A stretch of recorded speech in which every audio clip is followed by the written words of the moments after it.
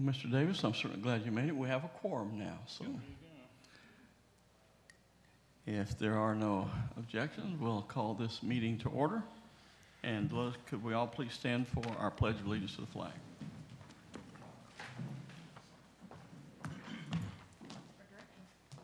I pledge allegiance to the flag of the United States of America and to the republic which stands, one nation, under God, indivisible, with liberty and justice for all.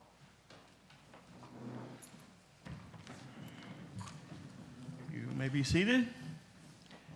Madam Clerk, will you please call the roll? Chair Nathan Blackwell. That's me. Member Lynette Matheny. Here. Member Dave Askew. And Mr. Askew has an excused absence this evening. Member Chuck Cooper. And Mr. Cooper also has an excused absence. Member Keith Trace. Here. Vice Chair Joel Davis. Here. Member Dwight Loading. And Mr. Loading also has an excused absence.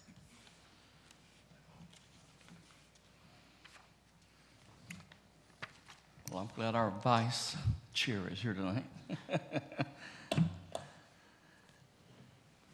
First of all, we have our December 3, 2020 minutes. Are there any corrections or additions that anyone saw that need to be made to the minutes? If not, could I have Motion to approve. a motion for approval? We'll have a motion from Member Matheny. Second. Second from Member Trace. Everybody in favor say aye. Aye. Any opposed? And they are approved.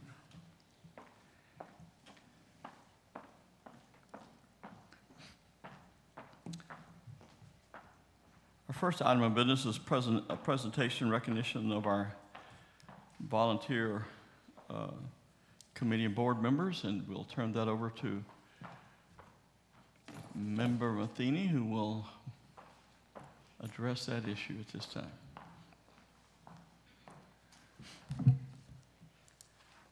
Thank you.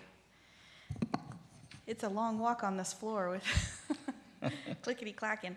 So tonight I want to present our vice chair, Mr. Joel Davis, a gift of appreciation for serving on our board, and we appreciate you sacrificing your time and your expertise, and I know this board would definitely not be the same without you on it, so I appreciate all of your input and insight, as well as I'm sure all the other members do. So thank you. And that is a consensus, I am sure.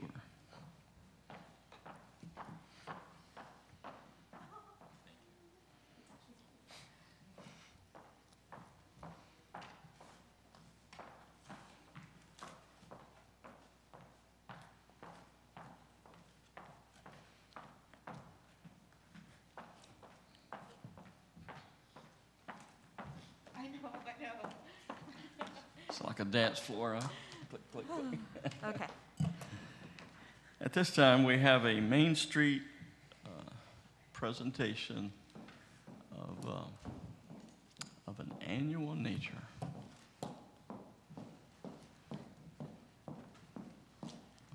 Well, I agree with the walk.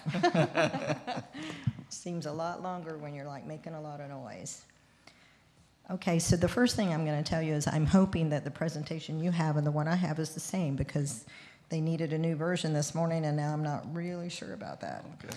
So I'm going to try to work from the slideshow until we get to the value statement. But first of all, I'm Paula Stark, the Executive Director, St. Cloud Main Street, 903 Pennsylvania Avenue, downtown St. Cloud. And thank you all for letting us come before you and give you an update on the things that we do on your behalf.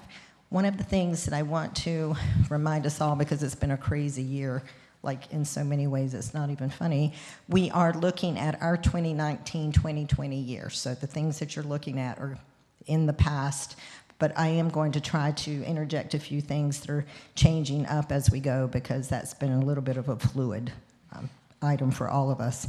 So with that, we can go to the next slide. Am I supposed to do that? Oh, you're doing that. Great. So you all have seen this part of our presentation. Lots of times, you know, we have a mission statement, a vision statement. We are required by the state to do those things, and these are ours for your local Main Street program. Next slide. So some of the events that we have tried to do this past year, we typically do the Breakfast with the Pros. We had a whole series of those.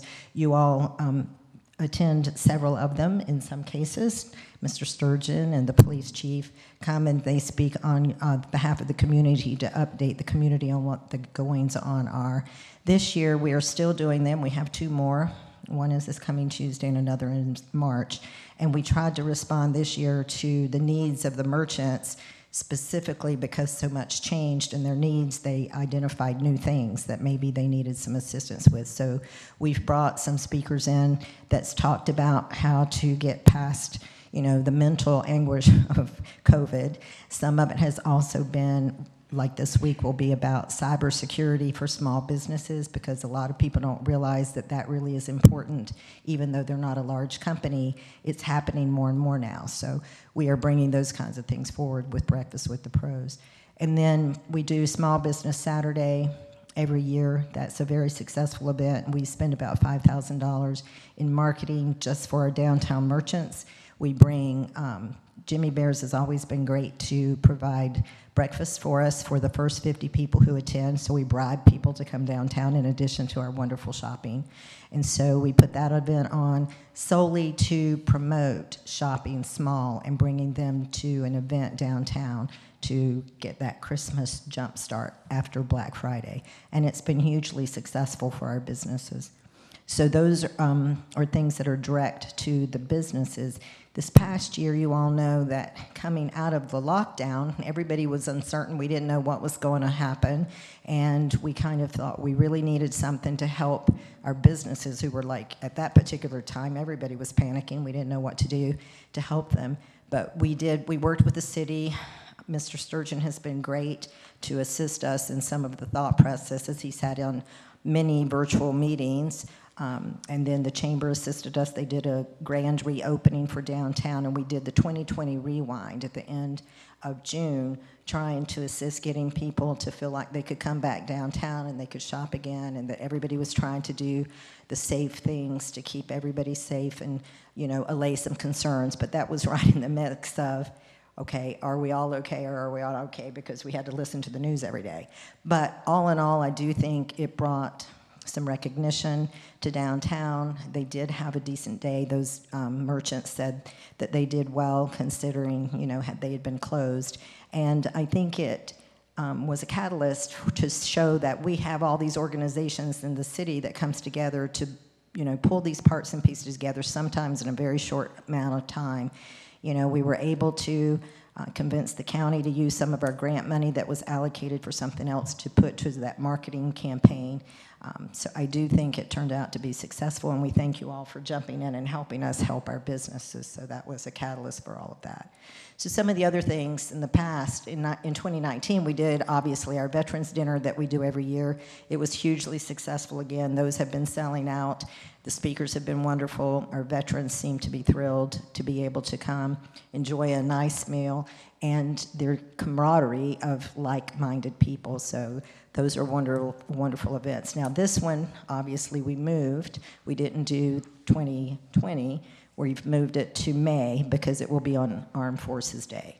So we're gonna try to go ahead and pull it off, but we pushed it down the road because we want our veterans to be as safe as possible, or at least feel like they're safe. So, but I can tell you the sponsorships for that one has just gone off the charts. So it's amazing how people are gravitating to that event. So that one will be coming up. You'll be getting information on that. One of our main fundraisers is a Redneck Gala. That's coming this Saturday night, so it's been a crazy week. If anybody's tried to talk to me, it's been a little wacky, but we'll get past it Sunday, but we'll be great, and we'll have Super Bowl, so looking forward to that. One of the things that we really did right as we were getting ready to go into lockdown, who knew, we did our Zone In, which was a breakfast meeting. We invited real estate agents and offices investors. We had a speaker who was a legal expert on opportunity zones. Assistant City Manager Veronica Miller also presented to pull the pieces together from the city's perspective on our opportunity zones. And of course, we spoke as it relates to Main Street and the crossover between Main Street opportunity zones, the historic district, and the downtown to all of these particular investors, and explain the process and what the benefits were. Unfortunately, 2 weeks after we had that breakfast, we had lockdown.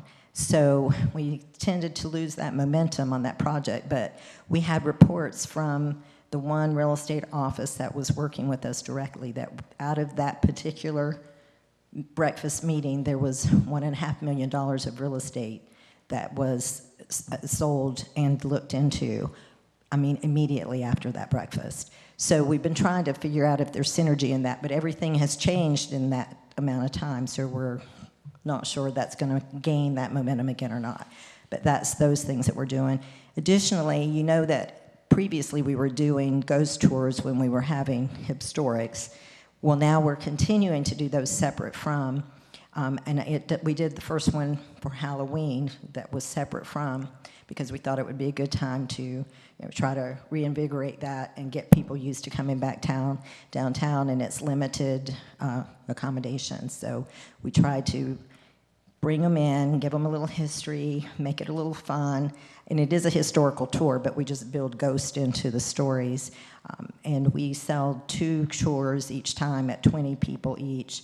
And those funds that we raise out of those tours, in addition to it helping get people downtown and to see what's going on, it also raises money to help us with our markers, our state markers that we get for our historic buildings. Next slide. And these are some of the projects that have been ongoing. We have an economic development brochure that we have available to help promote businesses downtown. Our monthly newsletter is The Bugler. We do the engraved bricks in the Veterans Reflection Garden that was renovated with a bunch of effort several years ago, right behind the police substation. As you all know, we have the city bird, the city flower, which most of you were involved in approving the resolutions that were brought forward from Main Street to do that. And we continue to find ways to promote those. We have coloring pages for them, stickers, tattoos, different things like that, that we use to give out to promote to the community that we have those. And it has really resonated. And now, we have people that are stopping and waiting for the sandhill cranes to cross the road, so that's going great. I know Mr. Davis loves that. In addition to that, oh, it's so true. And then we have the brochure, which is our historic marketing brochure. We resold it during the summer. We got it out with the assistance of OUC. They help us print it. We pay to have the distribution done on it. It goes out up and down the turnpike in addition to different tourist locations in Central Florida. So when we do those, we do see significant attendance from those. I get phone calls sometimes. People will just show up and want to know, different information about it. But they will come and they will do our historic tours, which they can do on their own. If they get hold of us in advance, we will give them the tours for them. But it's just one of those things that promotes our community as a whole. It doesn't promote just downtown, although the murals and the historic buildings are all on the tour. It has the information about all of our other amenities throughout the community, including Wild Florida, Forever Florida, the Serpentarium, that we do huge bird watching contingencies here, and people don't really know those things. So there's a lot of different things, different activities to bring people to our community that a lot of times people don't realize, and so it does bring them in for at least a day trip. So we've been trying to use that as a catalyst to move that forward as we are able to have more hotels in the community so that people will have like a weekend stay or an overnight stay. So we've been utilizing those as well. So if you ever want any of those, just let me know. Next slide. And this speaks to the walking tours again and the different pieces that we put together, including the murals. We have 17 murals now. Some of you saw the one, it's on side of Brews and Blues, Welcome to St. Cloud. Our newest one is the Cobble Garage, which is the one on the bottom right there. that is one of the things that we've been trying to move forward because it was all happening during COVID. So we have that amongst 4 other items that we're trying to put together. They would have had unveilings individually throughout that period, but because we couldn't do that and we couldn't meet the criteria to do it safely, we've changed it and we have hired a production company. We'll be doing a documentary. I've reached out to the mayor and he's graciously agreed to be our MC in that documentary. So it will have those particular pieces as a catalyst to talk about the history of St. Cloud and that these are new, and those include the mural, which is on Handyman Hardware's building. It's the new marker for the Fisk Funeral Home. It's a new marker at Mount Peace Cemetery, and our Women's Club and Heritage Museum has been identified as a National Register location, and that all came from, you know, the efforts of Main Street going off of the state marker information, and then with Olive's help at the museum, we managed to get the application and everything done and approved. So those 4 things are very new historic preservation initiatives, and we will put those in the documentary along with using that as additional historic information, and we're going to do like a dinner and a documentary premiere with that, and hopefully, if I can pull it all together, hopefully it'll be in April that will happen. So those are some of the things that COVID has shifted us around to. Next slide. Of course, we do social media. We have our website, which has over 20,000 visitors monthly. We have our Facebook page. It's over 9,400 at this stage, likes and followers. So we utilize those. In addition to that, we have launched the We Buy Local page that now we're really utilizing that since COVID because we're trying to really encourage our businesses to use that as another platform for marketing, and it's free to them. So we try to manage that. We share their stuff if we see it, and we also, you know, ask them if they give us stuff, we can put it on there. But they can go on and they can put it on themselves. They don't have to wait for us, but they tend to like let us do it. So those are the social media things, and along with the district app, which is still out there, that has the walking tour where they can do that on their own. That's another piece that the mayor emceed or moderated for us. So if you walk downtown, you can listen to our mayor tell you about all of our historic pieces on the murals. Next slide. So we've talked a little bit about the markers. We are now at number 7 in the district for state markers to identify locations that are of historic significance. And this is the list. We do have a list of about that many more that we're trying to do. We've gotten slowed down a little bit because a lot of things have moved up in front of it, but we are trying to move forward on the American Legion. We have been fascinated by the fact that some of the buildings you think that would be easy to get information on isn't as easy as you think. So we shifted up a little bit just to meet the criteria to have all the documentation the state requires for enough information to apply. So it moves around a little bit, but those have been very successful. And we always want to thank the Lucius Mitchell Camp, who is the Sons of Union Veterans in our community, because they support all of our initiatives, and especially when we do the markers, because so much of it revolves around the Union soldiers, and so they're really happy to assist us. And they help us with our tours too. They'll dress in their uniforms and do the tours with us, so that's really nice for them to participate. Next slide. So this is the initiative for the National Register. Obviously, with our Historic Preservation Board now, you know, we're talking about how these things move forward, so that'll get fleshed out in the future. But our VFW and now the Women's Club Heritage Museum are both on the National Register. In addition to the other facility is the GAR building that Dr. Everett applied in the 90s to have on the National Register. So we have those 4 buildings that now are recognized. Next slide. So these are various projects over time that we have assisted or led the charge on, obviously helping get your CRA board established in 2005. We assisted with that. We had a subcommittee of community leaders together to help put the historic ordinance together. We helped educate people in the community in addition to the people who were, on city council at the time, because everybody has to know, what are the positives, what are the negatives. So we did all of that, and that committee worked very hard and honestly put up some of their own money for the educational purposes and put brochures together and that kind of thing. And about that time is when Mr. Anderson came on board, and so Mr. Helfenberger had him come into the committee, and he assisted in the finalization of the ordinance that came before you all for approval, and we appreciate that because now we have a historic district. We also have a historic preservation board who oversees all of our inventory to make sure that we can preserve the history, both culturally and for the buildings. That led to the ability for the city staff to apply and write the designation for CLG, which you've been now for a little over a year.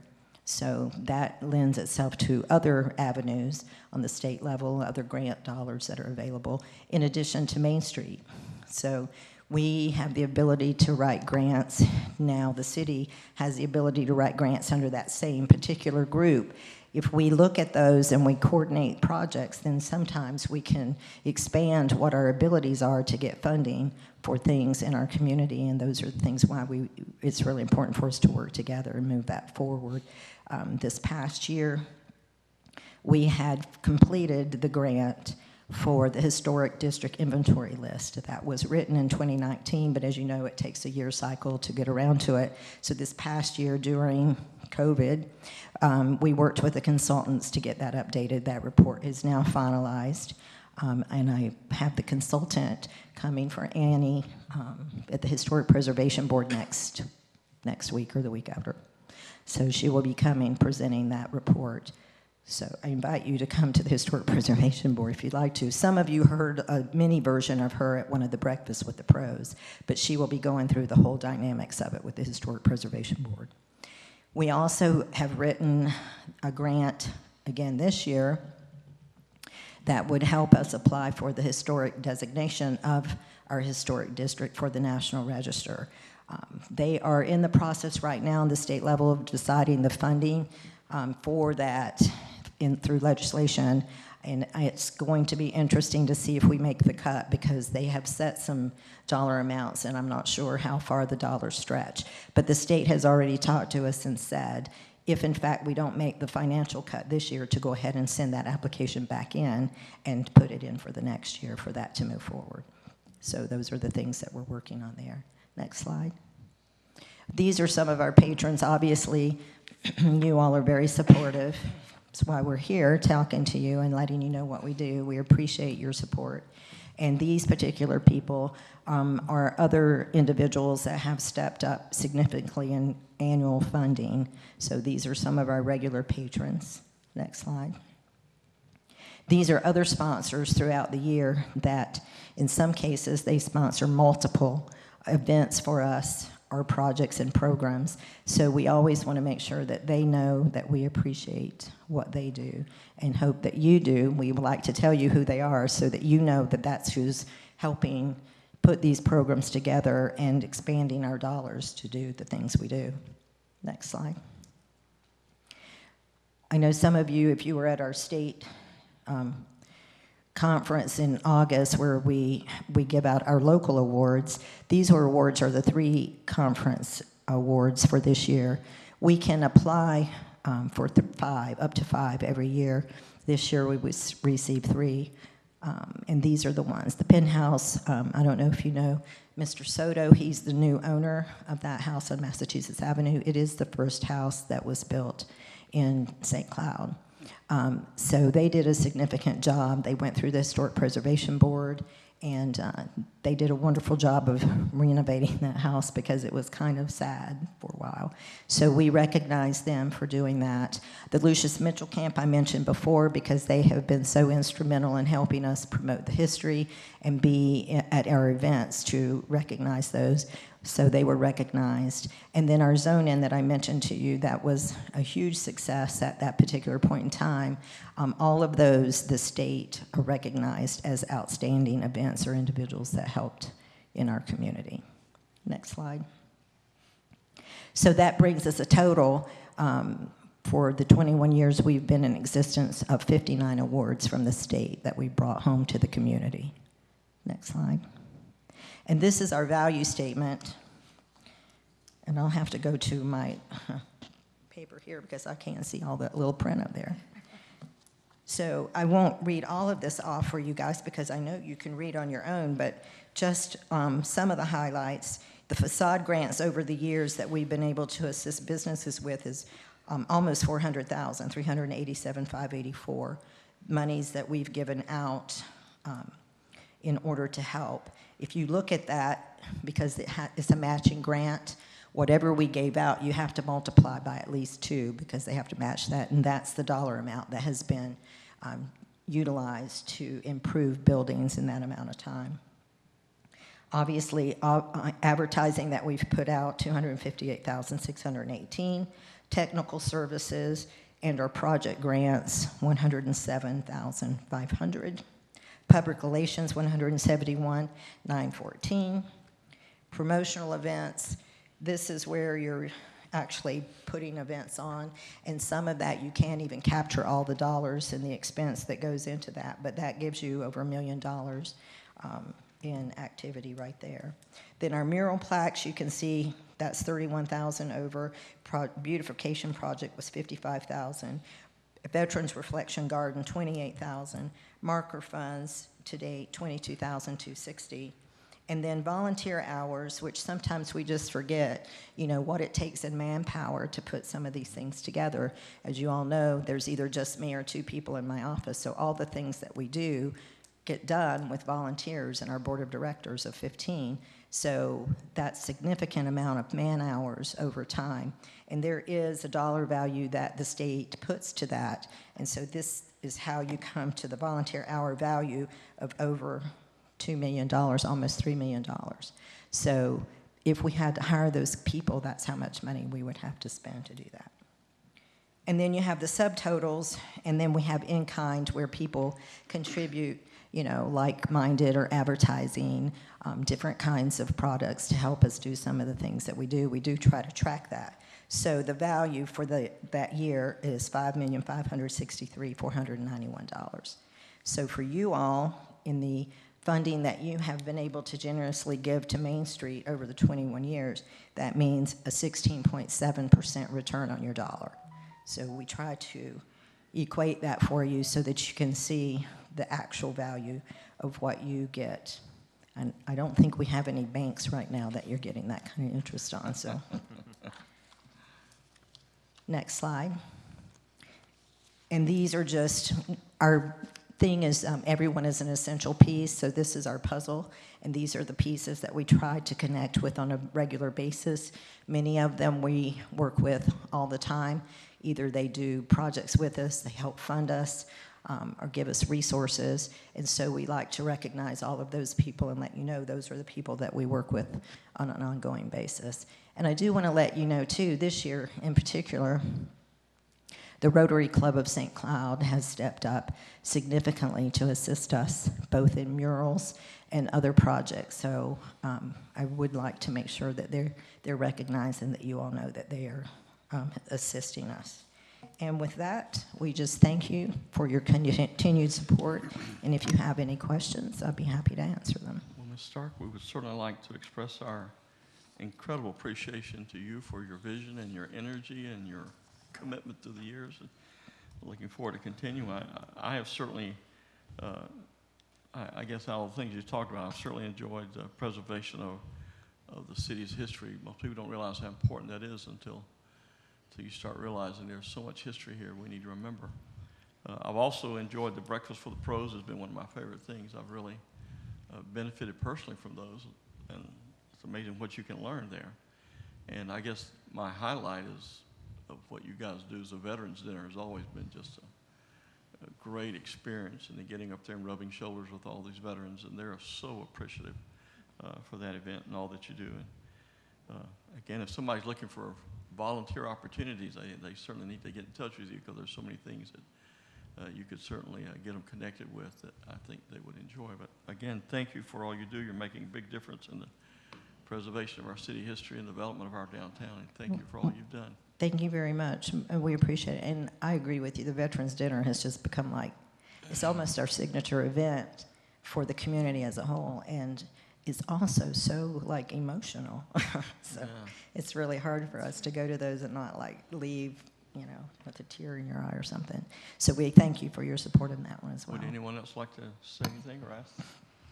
I'll just echo your sentiments, and you know, the thing about Main Street for me is you guys are always around. Like any problem we have or any issue that comes up, it's like you guys are always there, and your board of directors to support us and work with us and give us ideas, and you know, so I really appreciate that. Like I feel like there's like no topic that comes up that Main Street really hasn't provided advice and guidance to us on. So you know, that's something I really appreciate. And I love the Veterans Center. I think it's just amazing. And I've been able to go to 4 of them so far, and they are definitely, it's a sold out event, and the speakers are phenomenal, just amazing. So, you know, you guys do a fantastic job, in my opinion. So keep up the good work. Well, thank you. And it really does mean a lot to us and to the people who attend to these things when they see you all there too, because that's meaningful for them. So we appreciate it when you attend. Thank you for doing that. Any other questions? Thank you very Okay, much. thank you. Thank you, Paula.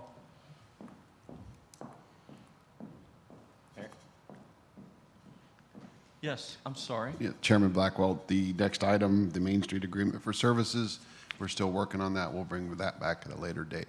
Okay, thank you very much. Yes, sir. So the Main Street Agreement for Services will be brought back at a later time. At this time, we have our staff reports and updates. We have our CRA Special Events Grant Program.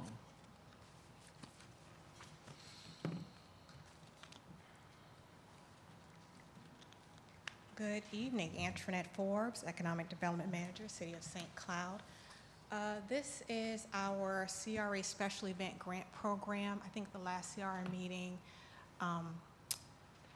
Community Development Director Andre Anderson mentioned about how we would start trying to bring new programming up before the CRA board to help our existing businesses, not just in events, but also in more business activities. So this is another extension of that. So the Special Event Grant Program is intended to encourage larger audiences into the downtown district. As you see, we're starting to get more events and more foot traffic in that area.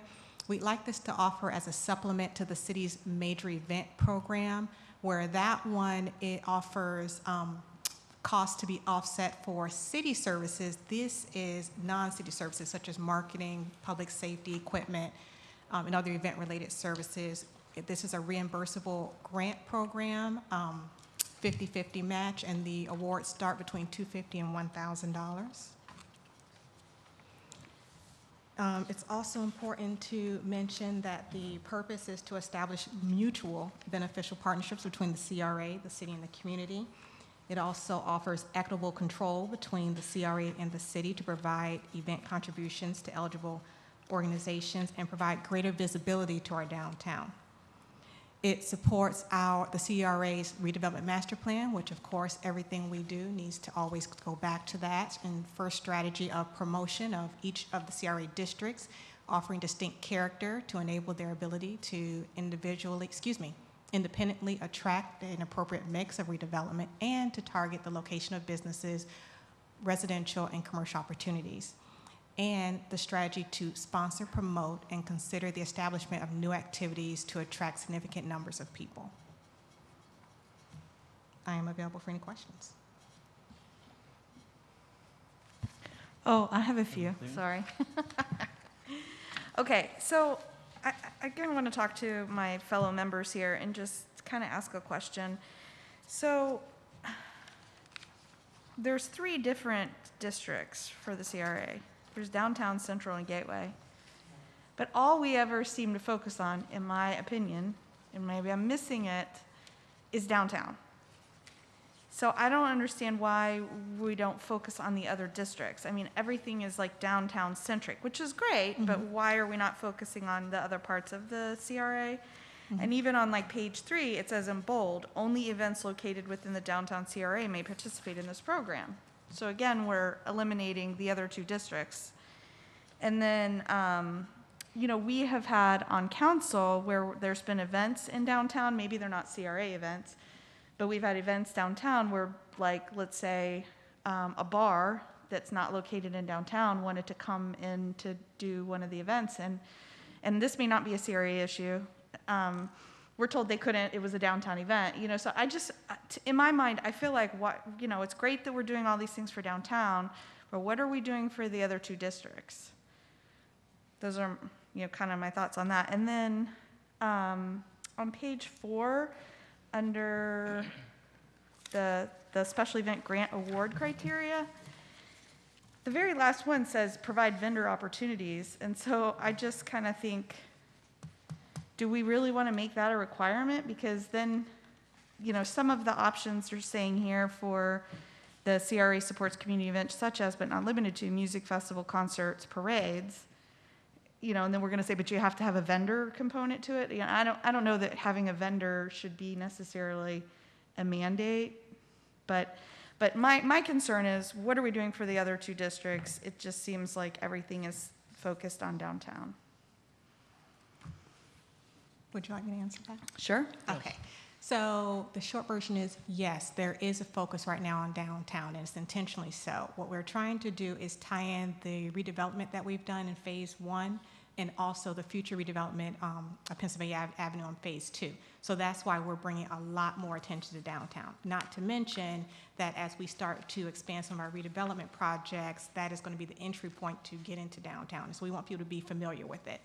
I think I've said this on a couple of occasions, but there's a significant retail leakage outside of our downtown, outside of the 2-mile radius of our downtown. That means people are leaving and going across through 192 to get their goods and services, but they are not coming into downtown to actually spend money. So one of the things that we try to do is, how can we get more foot traffic? Now, of course, that's not going to be our sole focus, but that is our primary focus right now. It is our intention to expand a lot of these programs to the other districts as well, one step at a time. And then you also mentioned about open to non-downtown businesses. Yes, so the idea behind it is to promote folks or promote businesses who are not downtown to still be able to do business downtown. So this grant is open to Osceola County in general, that if they are interested in doing an event to St. Cloud, the economic impact of that would be greater to us than excluding them from it. So we would like to promote them to come in for a special event. And as you see, this one is different from the major event, because this one, we like an estimated number of people of 500 compared to the major event, which is 250. So the intention is to bring, again, more people in, get more familiar with downtown and to spend more money. And also, if they could offer vendor opportunities, so if we're talking about festivals or things that have booth space, we're trying to maximize this event, any event, as much as possible to bring multiple businesses in that will not be excluded from the grant. They don't have vendor opportunities, but that is something that we would look for. It doesn't appear to be written as optional when I look at it. I mean, it says this is the criteria, provide vendor opportunities. So to me, and then I don't really follow the benefit, and maybe you can explain it, of why one of the says be sponsored by one or more not-for-profit organizations or not-for-profit entity. Like, what does that have to do with stimulating economic growth and bringing new businesses to downtown? Like, what does that criteria, why do we need that, I guess? So we can adjust that to make that applicable, but the idea behind it was to offer collaborative opportunities so that it's not one specific business that's coming in, but they have partnered with other either resource providers or neighboring organizations that are willing to partner with them on an event. Okay, I mean, for me, I'd like to see this maybe reworked as where you would like to have it, or, you must do these things, you got to pick 2 out of this category and then 1 out of the, maybe give them an opportunity of menus. But when I look at it, it looks like you have to check every box of this. And I mean, I don't know how the other members feel. I understand what you're saying about putting all the attention on the downtown, but I would like to see us open up to the other districts as well, because you can see we are growing. I know we're going to get into that later, but maybe there's an opportunity to sprinkle some goodwill onto the other parts of the community as well. And I've heard from business owners personally the frustration that it feels to them too, that, you know, all of the focus is downtown. So, and you said how many business, I know in a different meeting, you said how many businesses do we have in the city of St. Cloud? A little over 1,800. 1,800, right. And We how have a many little are over, and how many are in downtown St. Cloud? I don't have that figure. I'm sure it's a tiny little percentage of that. I don't know. I don't know how the other members feel about this. You want to speak? So I agree with your points on the criteria of just loosening it up some, because I don't think we'll get 300 applications for this, so just make sure it kind of fits the mold, you know, somewhat. Make it a but little like, flexible, or don't just have one little booth there with a nonprofit to say you have vendors and a nonprofit, right? Like, you know, just for it to make sense.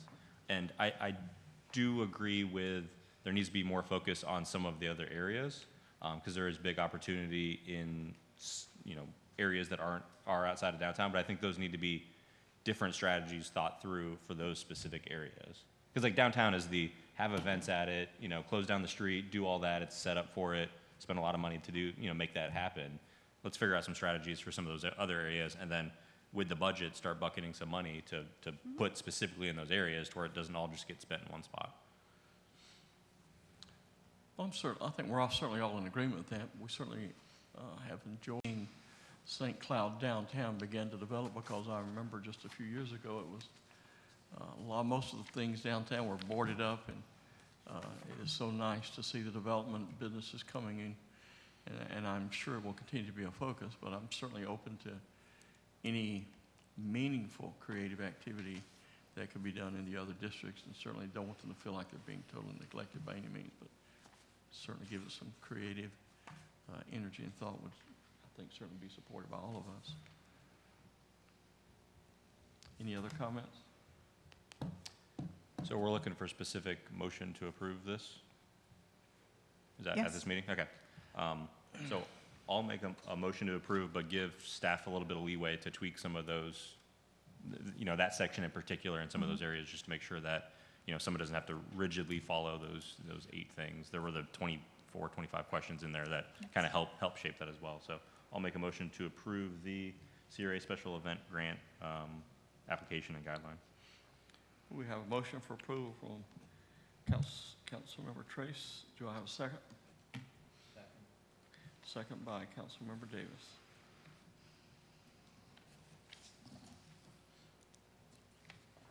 I think we can just have a consensus. All of those in favor say aye. Aye. Any opposed?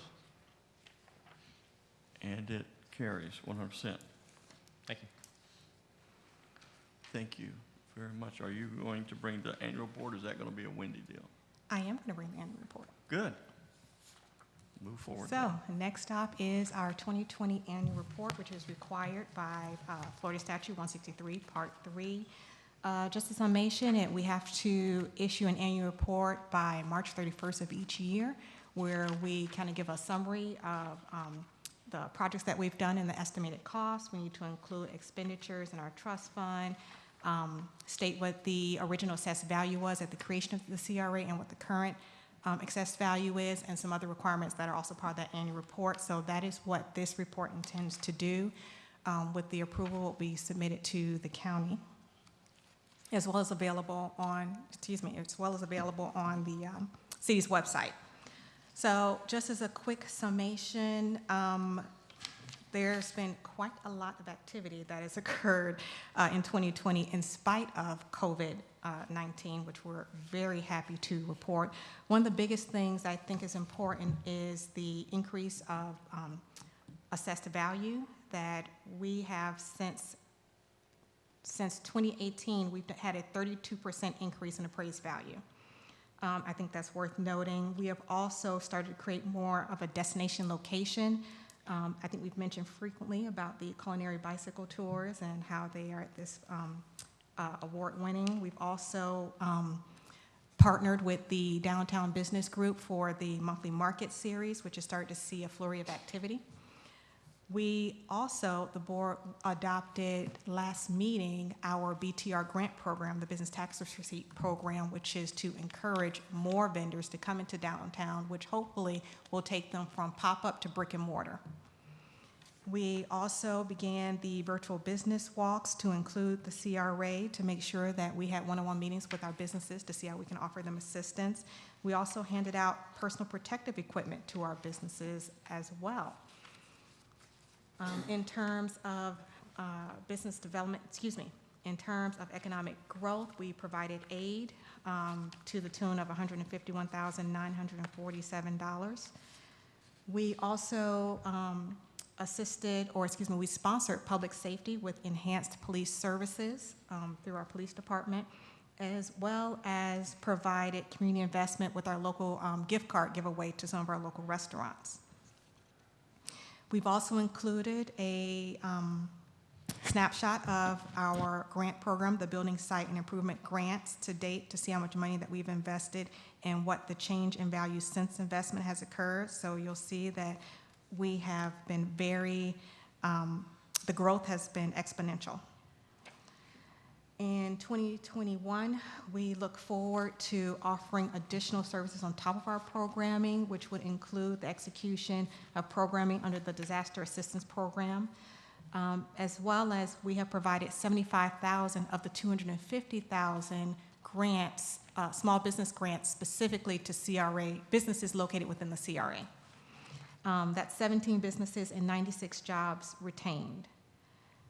We also, in partnership with the St. Cloud Chamber of Commerce, created the Strength Not Stress 4-part web series that we made available. And then, man, we've done a lot. And so the plan for 2021, we are now going to, now that the board has adopted it, start to advertise our special event grant program. We'll also start to grow events, not just in the downtown district, but all of our CRA districts. And we'll also work on developing a business retention and recruitment strategy for the CRA, as well as the redevelopment of our CRA website. So that is the summation of our annual report. If you have any questions. Question? Any comments? Well, certainly a lot is going on, that's for sure. Mm-hmm. A whole lot more than I think we realized in 2020.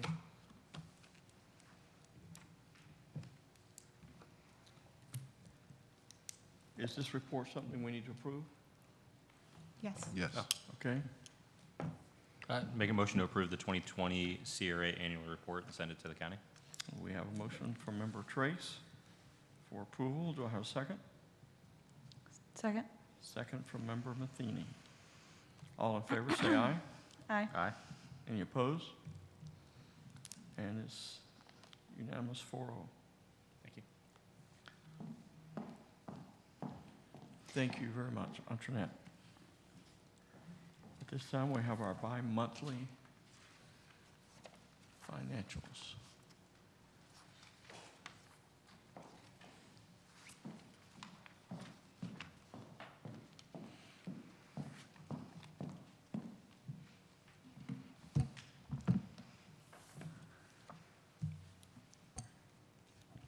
Good evening, Council. Wendy Colazzo, Finance Director.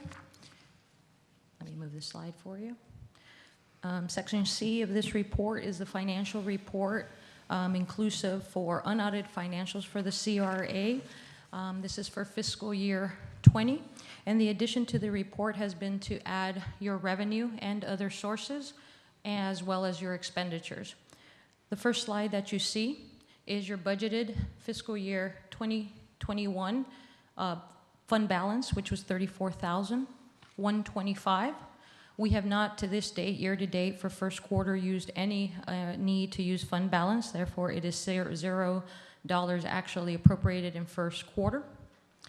The Osceola County Board of County Commissioners TIF payment of $1,030,738,000. As of this time of this report, which was drafted January 6, payment was not received. And it's tradition, we normally bill it in October, and during the first quarter, we do not get it.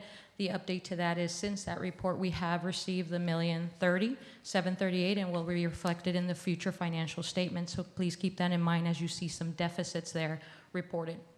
Operating interest is budgeted at $34,765 conservatively.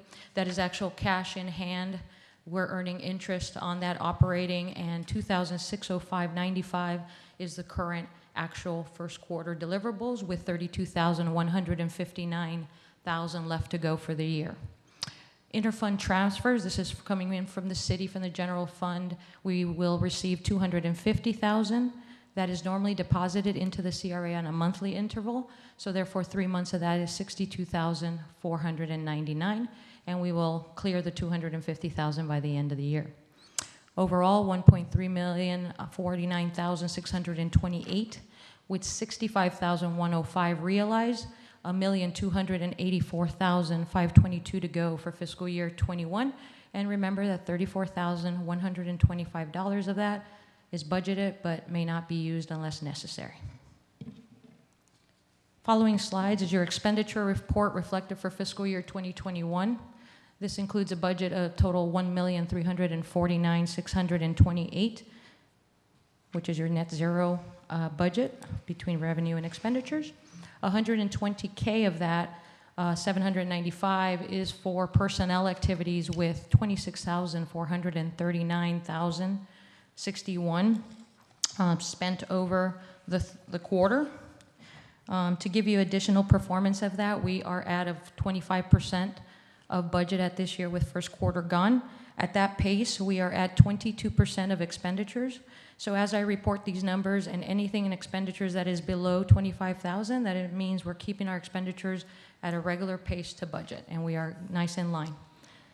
Therefore, the following category: operations, $512,575, $15,209.95 has been spent in operations, would include professional services, audit fees, and your traditional insurance, rentals, utilities. We are at $15,209. That is a 3% performance to budget, and therefore well below the projected money that we'll need to use for the year. Third category, I've separated your capital outlay in grants and aids. This comes to a total of $432,500. Things that are budgeted within these categories are for land, buildings, and equipment.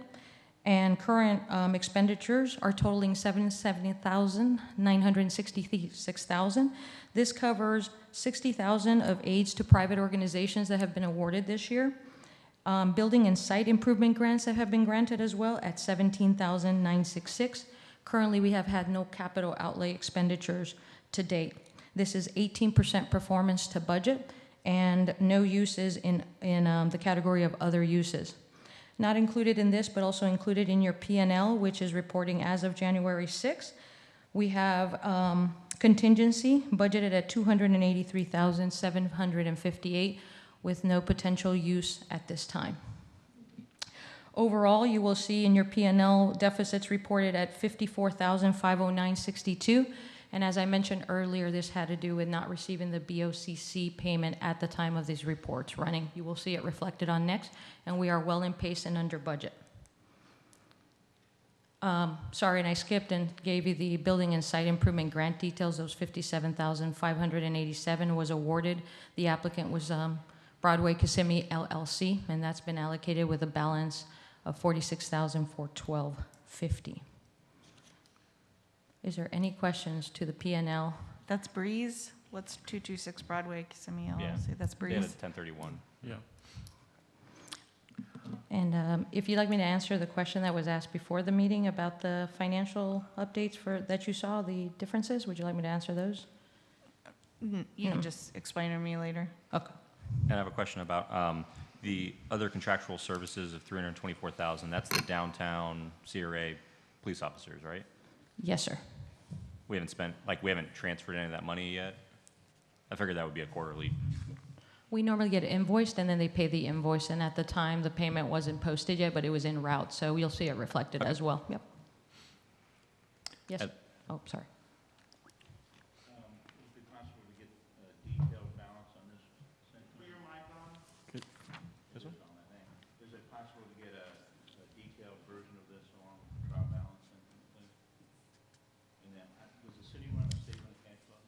Yes, sir, it is in your packet. It's in your packet. I think it's the last page. Yeah. You have your statement of, page 5 of your You're asking for report. something different too, yeah. You're asking for more. So I Yeah, guess, not this, but an actual statement of cash flows. like how much money was carryover from last year? I thought there were like $2 million in from last year that were carryover funds and all that. I think Yes, that's sir, what- and I was going to report to you that as well, because I do have an update with that. Is that what you're asking for? As you're aware, in fiscal year 1920, the CRA requirement has changed, and they are having their own standalone audit conducted by our auditors. With that said, they will have what you're used to, the CAFR will report for the city as well as now the CRA on a standalone. We are required to follow the CRA under 163-387 is the statute. And under Section 7, one of the requirements is that after all the bills have been paid, between inflows minus outflows, anything left over, we have 4 situations that we can do for the leftover money. We can't just keep it there. One of them is return it back to the taxing authority that gave us those increments. 2 is to create an escrow account in order to pay off any indebtedness for the CRA at a later time. 3 is to pay off indebtedness at any time that we may have currently. And 4 is to allocate that money to a project that requires redevelopment for the CRA. Therefore, because the auditors had already advised us of that, your $2.5 million have been restricted and reclassified to the downtown rehabilitation project, phase 2 for $2.5 million, and that's been restricted, ready to go for that project for the 3 districts that you would like focus on. So we were looking to fund $3 million. The CRA has now funded that for $2.5 million, and the rest will come from the general fund, and we are in compliance with 163-387-7. So phase 2, the budget or actual bid is 3 Need to get up close to your mic, closer. Phase 2, the budget or the actual bid is 3 million? The actual estimated budget for that is $5,000,007, but $2 million 5 is what we're allocating from the CRA towards the $5 million estimated projected budget at this time. So the city's going to have to transfer another 2.5 just for round numbers? Yes, sir. We're going to be repurposing. I do have a funding strategy preliminarily presented to the city manager, and he still has to review and talk about and decide. We have some projects that we can reallocate, and also pulling some general fund money in order to cover that deficiency. With the CRA taking care of the $2.5 million, we have less of a pool that we're going to need from the general fund. When is that project going to bid? It's supposed to be April. Is when it goes to bid. Yes, sir.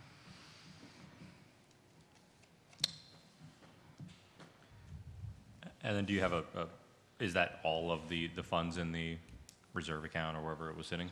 Yes, sir. For fiscal year 20, we took all of them. They are restricted now. And then with the possibility that if we, in your expenditures under the land and capital, if that doesn't happen, there is no purchases for any buildings, you'll have close to almost $3 million, which it's another $500,000, towards that too. And if that happens after we've audited for 21, we'll do the same and reallocate it and ask the CRA what other project they'd like to allocate those funds.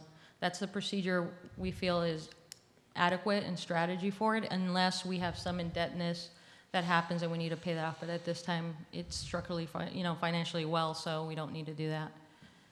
Okay. And was there a request to make that move of the $2.5 million from Yes. from the CRA? Yes, sir. Okay. Yeah. Anything else? Any other questions?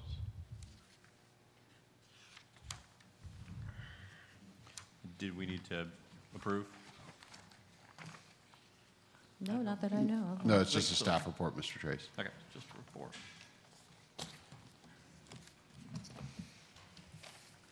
Thank you, Ms. Colazo.